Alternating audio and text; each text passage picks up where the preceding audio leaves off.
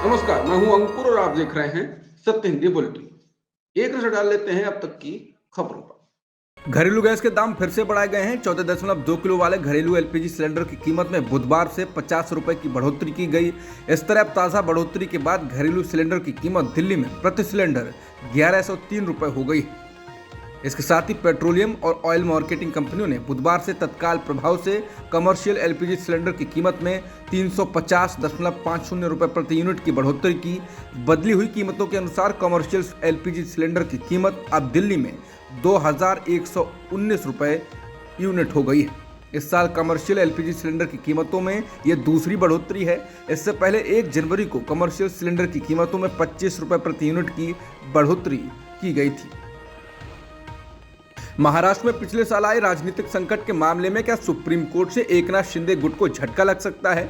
महाराष्ट्र में आए राजनीतिक संकट से जुड़े मुद्दे पर सुप्रीम कोर्ट की संविधान बेंच ने मंगलवार को कहा कि एक सदन के सदस्य विप से बंधे होते हैं। इसने कहा कि यदि सत्ताधारी गठबंधन का हिस्सा रहे राजनीतिक दल के विधायकों का कोई ग्रुप ये कहता है कि वो गठबंधन के साथ नहीं जाना चाहते हैं तो उन्हें अयोग्य ठहराया जा सकता है। मुख्य न्यायाधीश D Y Chandrachud, justice M R Shah, Krishna Murari, Hema Kohli और पीएस नरसिम्हा की 5 न्यायाधीशों की पीठ उद्धव ठाकरे खेमे और एकनाथ शिंदे खेमे से जुड़े मामले को सुन रही है।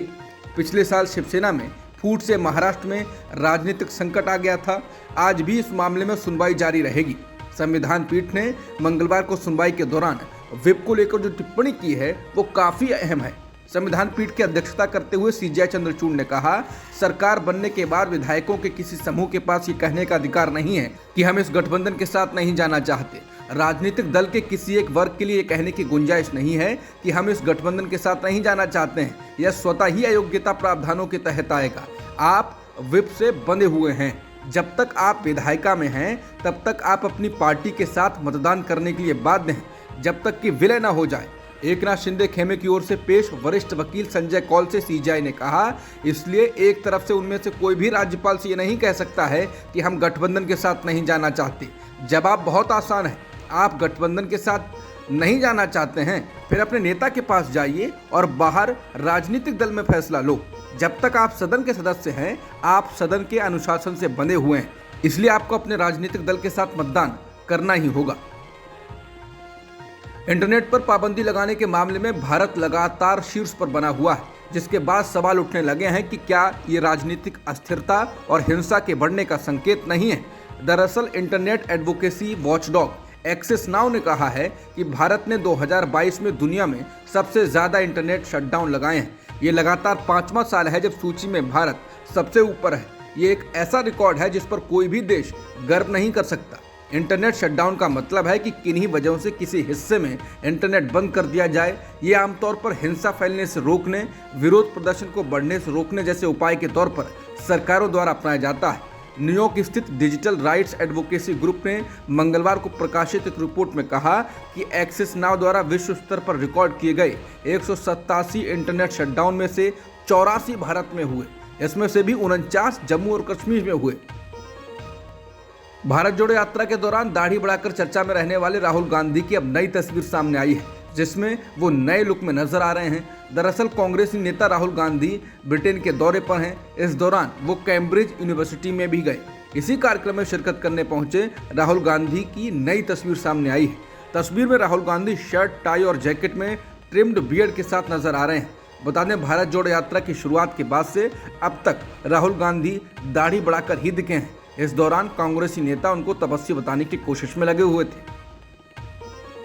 रिलायंस इंडस्ट्रीज के चेयरमैन मुकेश अंबानी को अब मुंबई के बाहर भी Z+ सुरक्षा दी जाएगी। सुप्रीम कोर्ट ने मंगलवार को भारत और विदेश में भी अंबानी और उनके परिवार के सदस्यों को Z+ सिक्योरिटी कवर मुहैया कराने का आदेश दिया।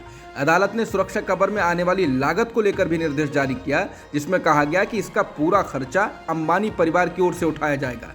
जस्टिस कृष्ण मुरारी और एहसानुद्दीन अमानुल्लाह की पीठ ने कहा कि उन्हें प्रदान किया जाने वाला Z+ सुरक्षा मुहैया कवर पूरे भारत में दिया जाएगा और इसे महाराष्ट्र राज्य और गृह मंत्रालय द्वारा सुनिश्चित किया जाना है। चीन के विदेश मंत्री किन गांग 2 मार्च गुरुवार को दिल्ली में G20 विदेश मंत्रियों की बैठक में हिस्सा लेंगे। इसके अलावा बैठक में हिस्सा लेने के लिए विदेशी मेहमान लगातार दिल्ली पहुंच रहे हैं। रूस के विदेश मंत्री सरगेई लावरोव भी मंगलवार रात दिल्ली पहुंच चुके हैं। इसी के साथ अमेरिका के विदेश मंत्री एंटनी ब्लिंकन, फ्रांस की विदेश मंत्री कैथरीन कोलोना भी बैठक में हिस्सा लेंगी। बता दें, भारत G20 की अध्यक्षता कर रहा है। रूस और यूक्रेन के बीच हो रहे युद्ध के कारण भारत की विदेश नीति पर भी नजर बनी हुई है। बॉर्डर गावस्कर सीरीज का तीसरा टेस्ट मैच बुधवार से इंदौर में खेला जा रहा है। इस दौरान भारत ने टॉस जीतकर पहले बल्लेबाजी का फैसला किया। टीम में KL राहुल की जगह पर शुभमन गिल को मौका दिया गया। फिलहाल भारत की शुरुआत अच्छी नहीं रही और मैच शुरू होने के 1 घंटे के भीतर ही 5 भारतीय बल्लेबाज पवेलियन लौट चुके हैं। रोहित शर्मा 12 रन बनाकर, शुभमन गिल 21 और चेतेश्वर पुजारा 1 रन बनाकर आउट हुए। वहीं जडेजा 4 और शेरस बिना रन ही बनाए आउट हो गए।